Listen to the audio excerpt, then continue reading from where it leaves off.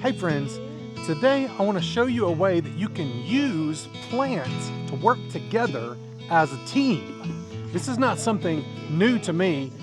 People have been doing this for thousands of years.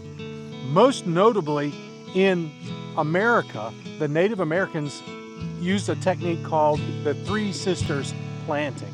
So let's dig in.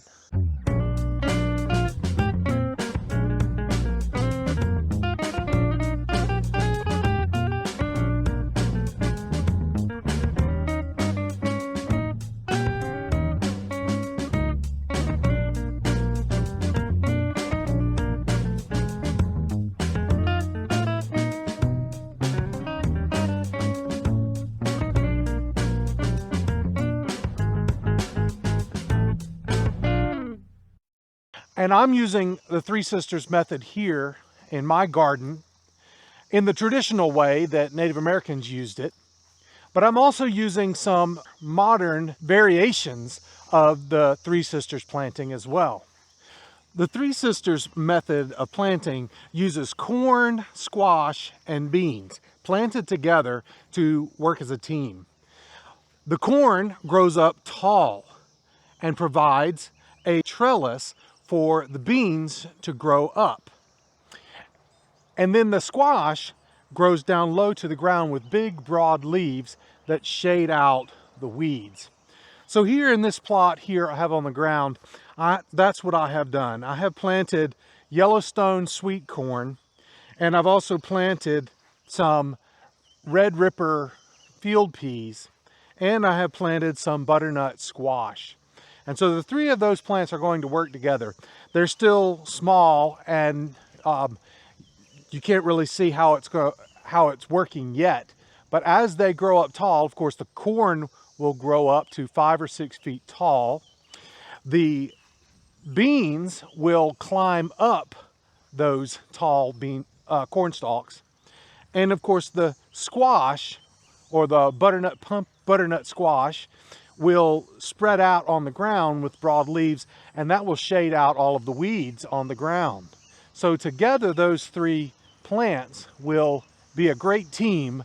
Now, I'm also using a similar method in this large garden plot here.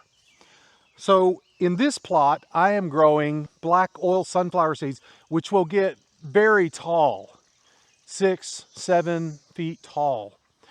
And so they're going to be up nice and tall. But then I've also planted in here some Red Ripper field peas, which are a vining bean that will climb up the tall, strong sunflower stalks. And then of course I've also planted in here some butternut squash, which will grow low to the ground and help shade out weeds from being able to grow. As I thought about this, I thought, maybe there are other ways to utilize this same concept, but in a non-traditional way.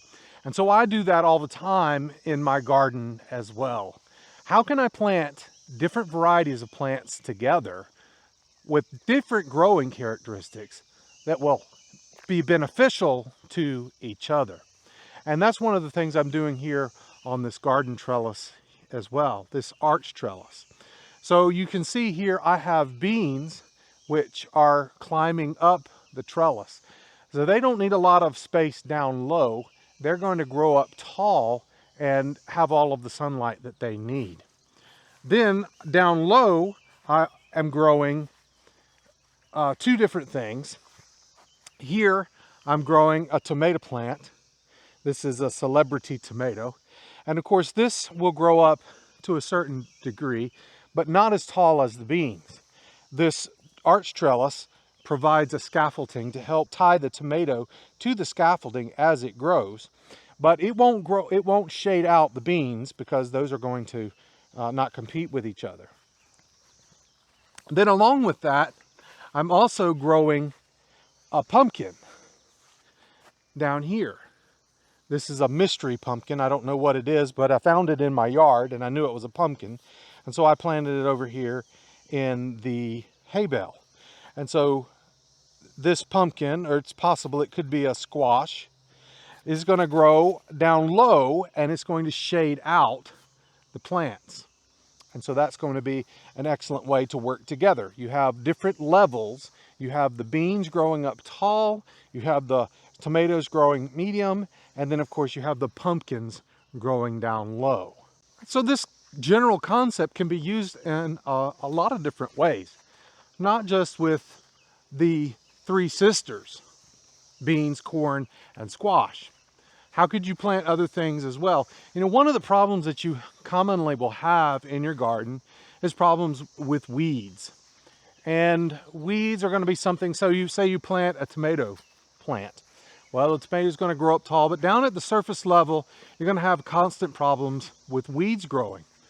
But if you'll plant something else down at the surface level that will outcompete the weeds, then those two plants can work together in harmony. And if you think about tomatoes, what are some things that you might be able to plant with tomatoes that might be helpful? Well, one great thing to grow that can help shade out the weeds is basil. Basil and tomatoes they go together. If you have spaghetti sauce, or any kind of tomato-based meal is likely going to have some kind of basil in it. And so that's another way that you can plant plants together as a team. Here we have a tomato vine that's growing up on a Florida weave trellis. And down below you see that we have basil growing in the container with the tomato. And that basil is going to outcompete the weeds that try to grow. Over here, I'm using flowers. Now these flowers are planted right next to my tomatoes, and those are going to attract pollinators, bees and butterflies and other insects that will come and pollinate this flower. But then while they're at it, they're going to fly right over here to the tomato plants, and they're going to pollinate these little tomato flowers as well. And you'll notice the tomato flowers are not as big as these other flowers. So if you imagine yourself being a little bee buzzing around and you're flying and you're looking for something to eat, the first thing that's going to catch your eyes is the larger, more colorful flowers. But then as you land and you pollinate this flower, then you maybe float over here, and now you're a little bit closer and you will notice these smaller, less impressive tomato flowers. You'll land there and you'll pollinate those too, and that will help to bring more fruits to your tomato vines. So that's another way that you can use plants together. In 1 Corinthians 12:12, it says, "The human body has many parts, but the many parts make up one whole body. So it is with the church." We are many different kinds of people with many different kinds of gifts, but we all work together. When we work together, the body of Christ, the church, functions very well because each person is different. Each person has a different personality, different gifts and talents to bring to bear for the sake of the church, for the sake of the community. And you think about that, whether it comes to life in the church or whether it comes to doing things in your community as people, we need all different kinds. And we need all different kinds of people who have a heart for making the community work well. When we do our part, the community or the church functions well. But if any one of us is withholding, not sharing our gifts for the good of the whole, then the whole is going to miss out on something important. The church is going to not function as well as it could. The community is going to lack something that is necessary. And oftentimes it means that people who are not necessarily as gifted for a particular task are going to have to step up and fill in the gaps. And that is not going to be optimal, but it's going to be necessary. And that oftentimes is what happens in the church and in a community. And it's why communities don't function as well as they could, and churches are not as effective as they could be, because the wrong people are trying to do things, because the right people aren't stepping up and sharing their gifts. So we need to be gracious, we need to be helpful, we need to be community-minded, and we need to know ourselves and what our gifts are and how we can use our gifts for the glory of God and the betterment of our community. So think about that and think about how you can plant things together to work as a team, and think about how you can be a part of your community, your church, working together with other people to make things as good as they can be. And then let's get out there and let's grow and be fruitful.